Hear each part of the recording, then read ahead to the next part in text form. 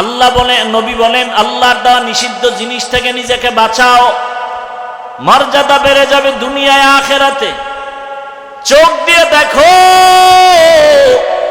মা বাবার চেহারা দেখো সওয়াব, আল্লাহর কোরআন দেখো সওয়াব, আলেম দেখো সওয়াব, বাইতুল্লাহ দেখবা সওয়াব, যত দেখবা বাইতুল্লাহর দিকে তাকায় থাকবা অনবরত সওয়াব আর সওয়াব। কারণ এটা আল্লাহর কুদরতের রহমতের সেন্টার। ইন্না আউওয়ালা বাইতি উযিআ লিন-নাস লাল্লাযী বিবাক্কাতা মুবারাকাও ওয়া হুদা মুবারাকাও ওয়া হুদাল লিল আলামিন।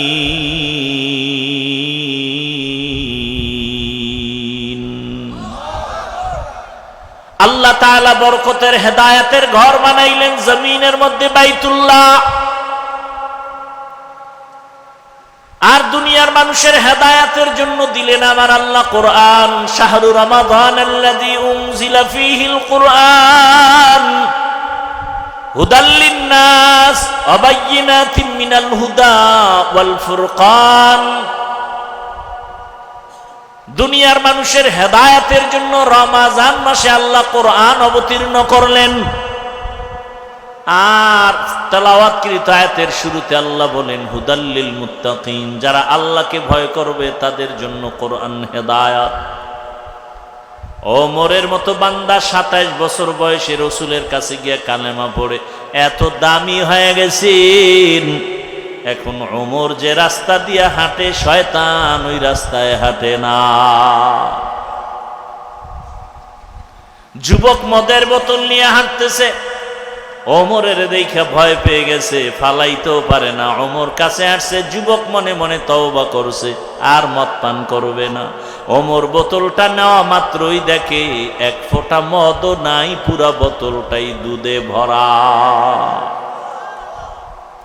কাদেরে কুদরতু দারি বরকামাল আন্তা রব্বি আন্তা হাসবি যুল জালাল তুহি কাদের জলিলুল্লাহ জাহাদার বহর হালে তুহি মেরা নেগাহদার। আল্লাহর ভয় যাদের অন্তরে আছে তাদের জন্যই কোরআন হেদায়াত, তারাই পাবে সফল জান্নাত। আমি প্রায় সময় ঘটনাটা বলবো না, মোবাইলের তারিখ পড়ে গেছে, টাইম হয়ে গেছে না, মিস কলের টাইম দেওয়া আছে না, এখন আর বয়ান শোনা যায়? এরে জলম এলাকার যুবক বাবারা, বৃদ্ধ বাবাজি, পর্দার আড়ালের মা বোনেরা, আল্লাহর বান্দা এক যুবক আল্লাহর ভয় নিয়ে নামাজ আদায় করে, আল্লাহর হুকুম মতো পর্দা করে, বিবাহ করে নাই, করে না। বয়স কেটে যাচ্ছে, একদিকে ছোট ভাই বিবাহ করেই ফেলেছে, বড় ভাই এখনো বিবাহ করতে পারে না। একদিন জিজ্ঞাসা করে, ভাই বিবাহ করো না কেন? বলে ভালো মেয়ে পাই না। ছোট ভাই মনে করলো ভালো মেয়ে মানে শিক্ষিতা, টাকাওয়ালা, সুন্দরী, রূপসী। একটা খোঁজ নিয়ে কয় পেয়ে গেছি। বলে এমন মেয়ে চাই না। কয় কেমন চাও?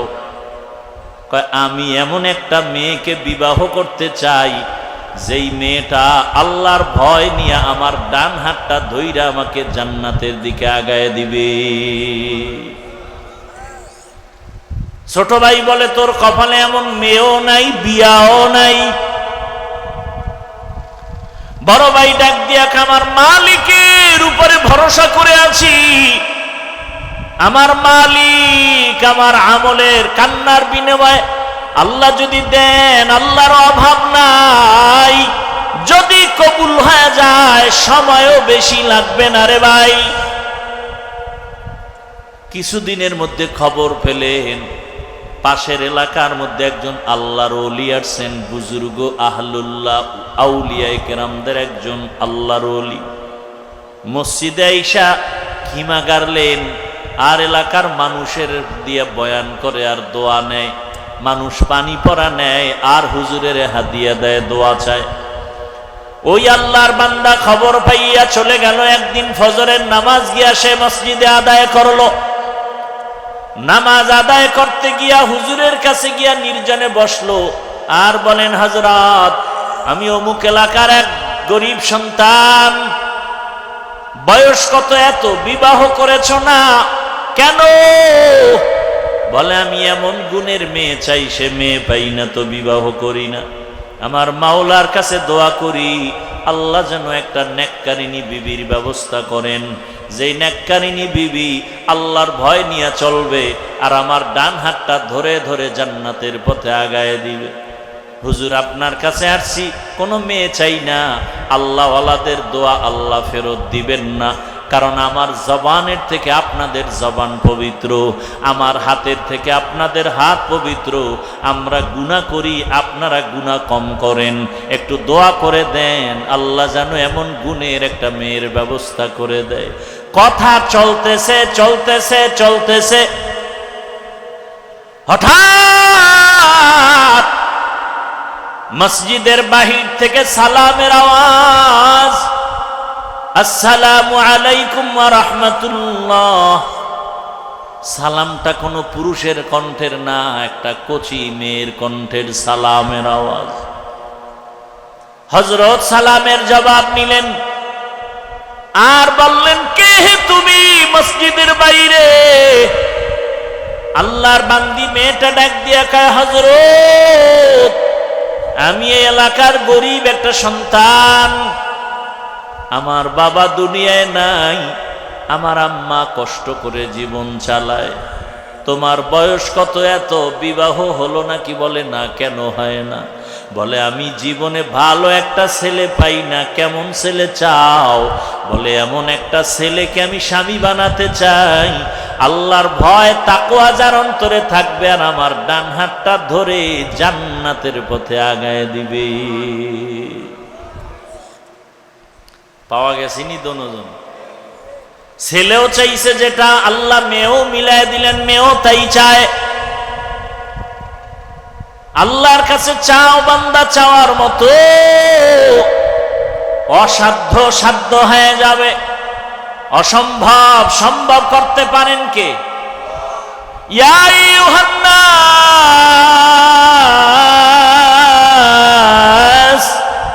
আনতুমুল ফুকারাউ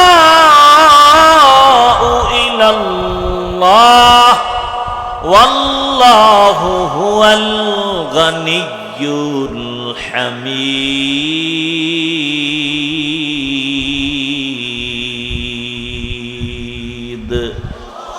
गर तवक्कुल मी कुनी हर सुबह शाम मीरसा नदरस्क तू अजला मकाम जुज़बा हक छी जे मखा अज इंसुजा फजले उआ मस्त दर जुमला जहा। ও আমার পর্দার আড়ালের মা বোনেরা, ও আমার যুবক বাবারা, ভালো করে ঘটনাটা শুনো। কেমন আল্লাহর বান্দি আর কেমন আল্লাহর বান্দা। ও যুবক বাবা, আমি এতক্ষণ বয়ান করতেছি, একবারও বলি না তাবলিগে যাও, কওমি মাদ্রাসায় যাও, পীরের কাছে যাও, না হয় জাহান্নামে যাবে। আমার মতো হুজুর হও, তাও বলি নাই। সারা বাংলাদেশে তো আমি একটা কথাই বলি, হে যুবক, তুমি চাকরি করো, ব্যবসা করো, স্কুলে পড়ো, কলেজে পড়ো, কোনো বাধা নাই। তুমি ওখানে থাইকা আল্লাহর জান্নাতের পথটাকে তুমি তাড়াতাড়ি তুমি ক্লিয়ার করে আগায় নাও। তোমার মতো কত যুবক চাকরি করে, জান্নাতের পথে গিয়ে নামাজ আদায় করে, দাড়িওয়ালা আছে না নাই? তোমার কাছে একটাই প্রশ্ন, তুমি নিজের বিবেকটাকে জিজ্ঞাসা করো, তুমি পারো না কেন? তোমার মতো কত যুবক রাস্তায় গাড়ি চালায়, নামাজ পড়ে, তুমি পারো না কেন? তোমার মতো যুবক র্যাব, আর্মি, পুলিশ, বিডিআর এর চাকরি করে, নামাজি দাড়িওয়ালা, বলো তুমি পারো না কেন? তোমার মতো যুবক ওসি, ডিসি, এসপি, 5 ওয়াক্ত নামাজি, তুমি পারো না কেন? তোমার মতো যুবক চেয়ারম্যান, মেম্বার, এমপি, মন্ত্রী, নামাজি দাড়িওয়ালা, তুমি পারো না কেন? ও পর্দার আড়ালের মা বোনেরা, আপনার মতো কত মা কত বোন এই এলাকায় নামাজ পড়ে, পর্দা করে, স্বামীর মাল হেফাজত করে, মোবাইলে সময় নষ্ট করে না, এমন মা বোনের অভাব নাই। ভিন্ন মা বোনেরা যারা মার্কেটে মার্কেটে দৌড়ান, বেপরদায় ঘুরেন, মোবাইল চালান, আড্ডা দেন, বিদেশে স্বামী কাজ করে টাকা দেয়, টাকাগুলো গুনার কাজে ব্যয় করেন। এরে আম্মা জান, আপনার মতো ভালো মা তো এই জমিনে আর হতে পারে না। আপনার মতোই তো মা সাহাবায়ে কেরামদের মা, আপনার মতোই তো মা আলেম হাফেজে কোরআনদের মা। আপনি কি পারেন না গুনার রাস্তা থেকে ফিরিয়ে নেকের আমলটা ধরে ফেলবেন? ওই আল্লাহর বান্দি যখন দোয়া চাইল, হুজুর এমন একটা ছেলে যেন আল্লাহ মিলায়া দেয়। আল্লাহর ওলি বলে, মা তুমি যদি রাজি হও, একটা ছেলে তো আমার হাতে আছে। বলে, আপনি যা বলবেন তাই মেনে নিব। এক পর্যায়ে বিবাহ হয়ে গেল। এবার দুজন মিলে সংসার শুরু করলো। যত কাজ করো না কেন, নামাজের আজান হলে সমস্ত কাজ বন্ধ করে নামাজে দাঁড়ায়। নামাজ পড়িয়া ভোর রাতেও নামাজ আদায় করে, তাহাজ্জুদ পড়ে যায়, নামাজে বসে দুজনে দোয়া করে, কান্না করে। কিনে ফেলছি না, আওয়াজ দিবি না। আর আমরা যারা রসুলের আদর্শ নিয়ে আছি, আগেও বাদশার মতো এখনো কি কোন মায়ের সন্তান চোখের সামনে তাকায় কথা বলার সাহস নাই, এতটুকু শক্তি আর হিম্মত অন্তরে এখনো আছে আলহামদুলিল্লাহ। যত চান্দু পিছনে পিছনে যাই বলুক, সামনে দাঁড়িয়ে কথা বলার সাহস কোনো বেয়াদবের নাই। আমাদের শক্তি টাকা নয়, ক্ষমতা নয়, একমাত্র রসুলের আদর্শ, রসুলের সুন্নত। কিন্তু কই সে রসুলের সুন্নত? টুপি কই, দাড়ি কই, তসবি কই, পাগড়ি কই? রসুলের পাগড়ি, রসুলের সুন্নতের টুপি আমরা না পরলে কে পরবে? রসুলের সুন্নতের পাগড়ি আমরা না বাঁধলে কারা বাঁধবে? হিন্দুরা। এটা দিয়ে দিছে পীর সাহেবদের, তাবলিগওয়ালাদেরকে, চরমনাইওয়ালাদেরকে, উজানিওয়ালাদেরকে। আপনাদের পাগড়ি লাগবে না।